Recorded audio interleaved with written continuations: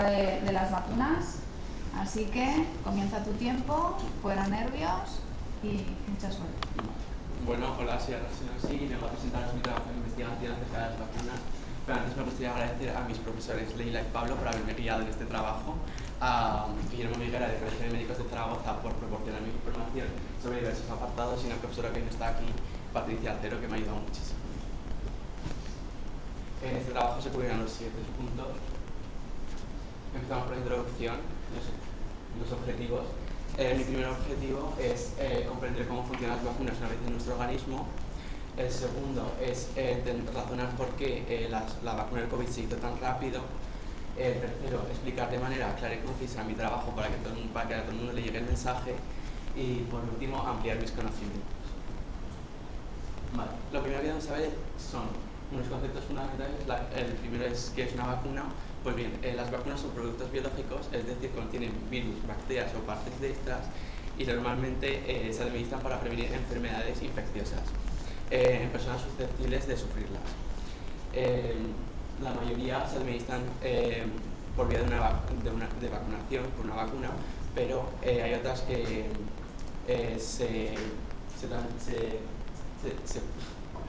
se ponen en nuestro cuerpo por vía oral o nasal, como en el caso de la polio, contra la polio. Su función principal es preparar nuestro organismo ante una determinada enfermedad. Principalmente lo que hace es crear anticuerpos, hace que cree en nuestro organismo anticuerpos capaces de neutralizar el patógeno.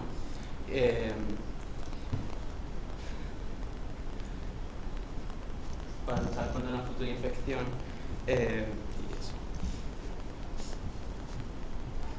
Los tipos de inmunidad humana, existen dos tipos que son las innatas y la adquirida. La adquirida se divide en natural y artificial.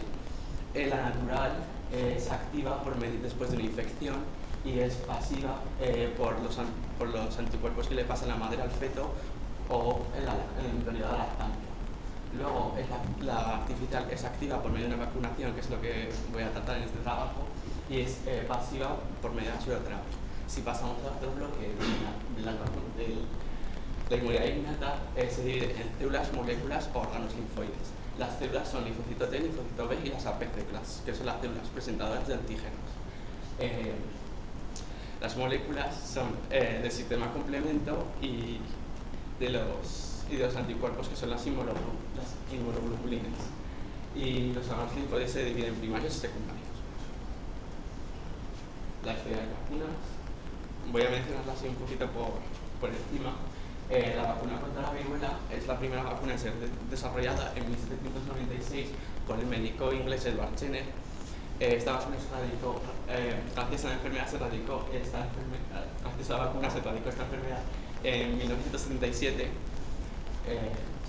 y un siglo después se elaboraron 6 nuevas vacunas, las cuales son contra la diarrea intestinal grave, la rabia, el cólera, el tétanos, la difteria y el anthrax. La mayoría de estos descubrimientos fueron gracias a los médicos franceses Louis Pasteur y a su ayudante Charles Chamberlain. El siglo pasado hubo un boom de las vacunas, ya que se desarrollaron muchas de ellas para muchas de las enfermedades infecciosas graves que afectaban a la población en ese entonces, remarcando la tuberculosis, el sarampión, la hepatitis B, la enfermedad de Lyme y por último la poliomielitis. En el caso de esta última enfermedad se descubrió en 1950, pero no fue hasta 1940 que la enfermedad, que hubo una vacuna contra ella. La que usamos actualmente data de 1962, que es la que es más efectiva y se administra oralmente. Se plantea erradicar esta enfermedad, ya que el siglo pasado el 99% disminuyó un 99%, siendo la cepa de tipo 2 erradicada en 1999, la cepa de tipo 3 en 2012 y la cepa de tipo 1 sigue presente en países como Pakistán y Afganistán. Vale, pasamos a los tipos de vacunas. Este apartado va a explicar los 5 principales tipos de vacunas, empezando por las inactivas y las atenuadas. En el caso de las inactivas, se utiliza el método tradicional de elevación de una vacuna, el cual consiste en inyectar total o parcialmente el patógeno. Primero se replica y se purifica en el laboratorio luego se inyecta al paciente y más tarde las células linfocito T y linfocito B lo que hacen es identificar el patógeno y combatirlo. El sistema inmunológico, gracias a los linfocitos T y linfocito B y las células NK, recordará cómo combatir futuras infecciones. Las vacunas más, por así decirlo, importantes son contra la polio y la hepatitis B. En el caso de las atenuadas son muy similares, solo que en este caso, como el patógeno está activo, el tiempo de esta recuperación es más lento y pues eso. Y las vacunas más conocidas y más importantes son contra la sarampión y la varicela. En el caso de las unidades antigénicas ya no se usa el patógeno como tal, sino que se utilizan partes específicas del patógeno para que el organismo luche contra ellas. Se utilizan los hidratos de carbono o las proteínas del mismo y la mayoría de las vacunas de calendario vacunal infantil son de este tipo, como en el caso contra el tétanos y la meningitis meningocócica. En el caso de los de material genético, se utiliza el RNA mensajero y por eso son distintas. Ya no se inyecta el patógeno, sino que se inyecta el ARN mensajero, que en el caso de la SARS-CoV-2 es esa molécula que ordena la creación de esas pequeñas espículas que tiene en la superficie del virus. Después de inyectar esa información genética, las células de nuestro organismo leerán la receta y producirán esas mismas espículas. Y nuestro sistema inmunológico, al ver eso, pues los atacarán. Las vacunas más conocidas son de las compañías Pfizer y Moderna contra la SARS-CoV-2. Y por último, los detectores virales, que son las más novedosas en los humanos. Se utiliza un material genético del patógeno, pero en este caso se transporta a la célula por medio de un virus, que desencadena una respuesta inmune más fuerte. Es necesario un virus inofensivo, por así decirlo, que transporte las proteínas del mismo patógeno y que no llegue a causar la enfermedad. Este virus inofensivo sirve como plataforma para introducir las proteínas del patógeno en nuestro organismo para que posteriormente el sistema inmunológico las reconozca y responda ante estas. Las vacunas conocidas son de las compañías AstraZeneca y Johnson & Johnson contra la COVID. Pasamos a las vacunas humanas, que me voy a centrar en el calendario de vacunación. Pues bien, primero debemos saber qué es un calendario de vacunación. Pues bien, un calendario de vacunación es la secuencia cronológica en la que se establece la administración de unas vacunas en un país o una región determinada, con el objetivo de inmunizar a la población de unas enfermedades de las que se dispone una vacuna eficaz. Lo primero que debemos resaltar es que los calendarios vacunales no son estáticos, ya que antes de 2016, por ejemplo, en Aragón, la vacuna del VPH, del virus del papiloma humano, se administraba para las personas de 14 años, pero se adelantó para las personas de 12. Y bueno, como podéis ver aquí, este es el calendario vacunal de Aragón, de Comunidad Autónoma de Aragón, y aquí podéis ver que las vacunas que se administran a personas de su nacimiento hasta los 65 años, y la mayoría se administran antes de los 2 años.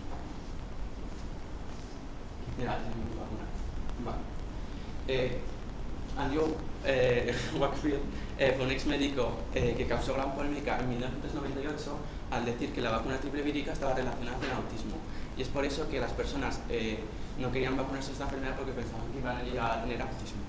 La OMS, al darse cuenta de esto, decidió intervenir y desacreditar la información, pero igualmente las personas seguían sin querer vacunarse. El negacionismo en español. El negacionismo básicamente es negarte a vacunarte de cualquier patógeno. Después de 3 años de pandemia y 119.479 muertes, hay 4 millones de personas en España que aún no se han vacunado.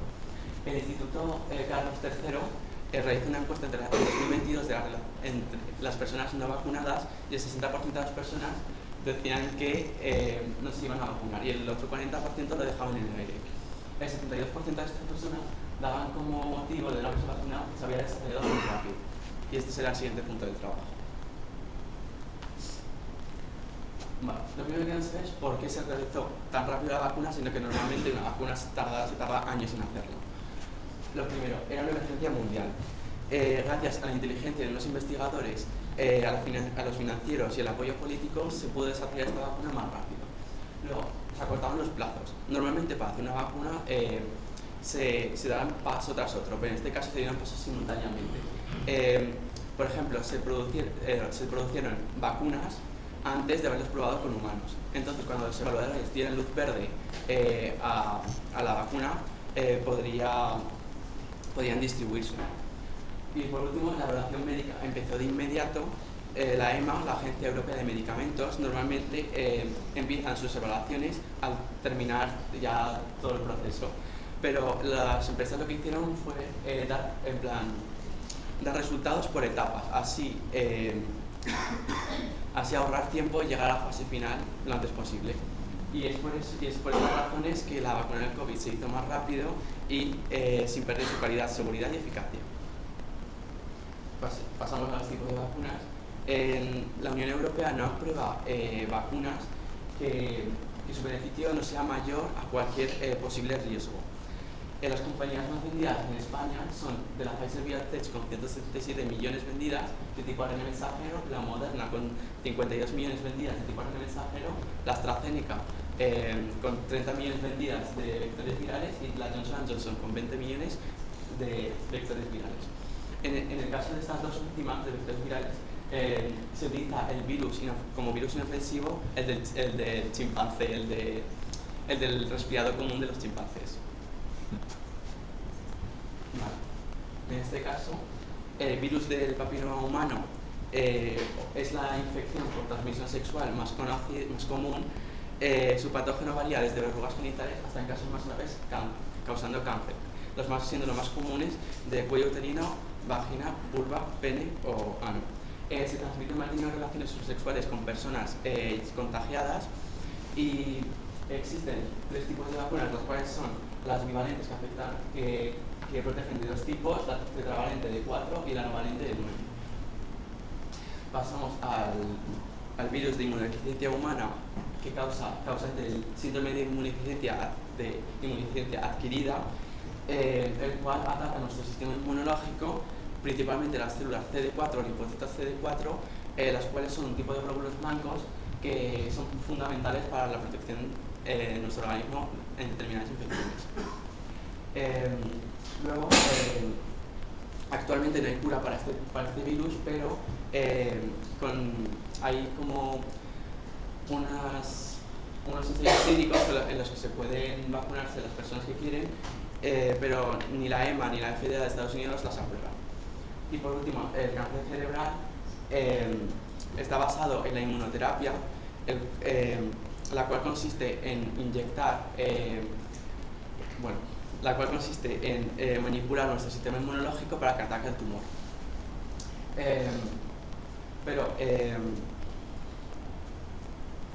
Son experimentales y es por eso que si alguien quiere participar se tiene que apuntar al ensayo clínico.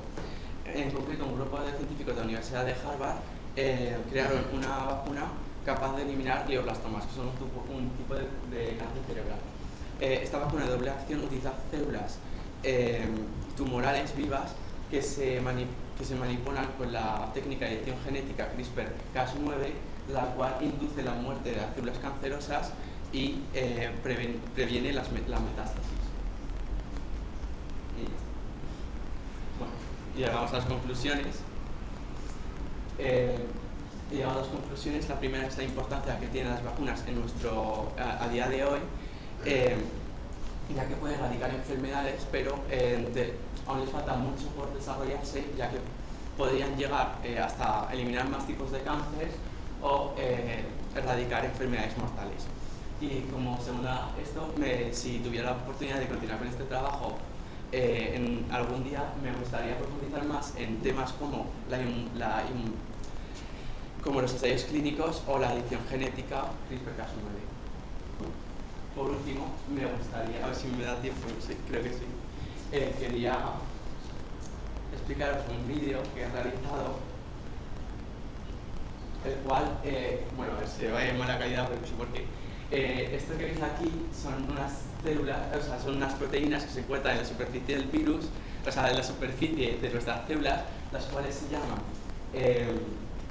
personas proteínas, las cuales se llaman receptoras antigénicas, que en este caso el virus, en este caso el SARS-CoV-2, lo que hace con sus pequeñas espículas es como agarrarse a ellas y meterse en la célula para producirse y salir más. Entonces, cuando nos vacunamos, nuestro sistema inmunológico lo que hace es crear anticuerpos capaces de unirse al virus y no dejarle unirse a esas proteínas. Entonces, claramente, ahora no me leéis, claramente no lo vamos a ir dejando por ahí libre, como en este caso, va a ir rebotando, pero no lo vamos a ir dejando rebotando entre las células. Entonces lo que vamos a hacer es que en unas células, que en este caso puede ser un macrófago o una célula dendrítica, que lo que hace es comerse al virus, y con las enzimas que tiene dentro lo que hace es como triturarlo y sueltan y ya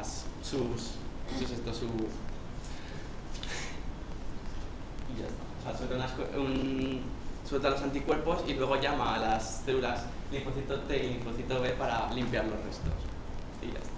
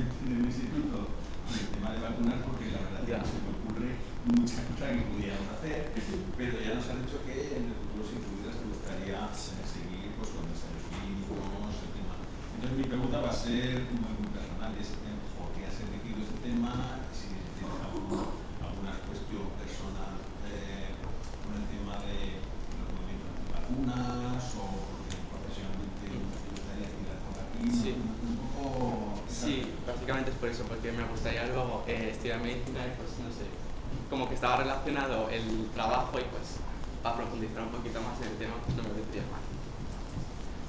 Eso. Venga, rápido. Yo quería hacer una pregunta.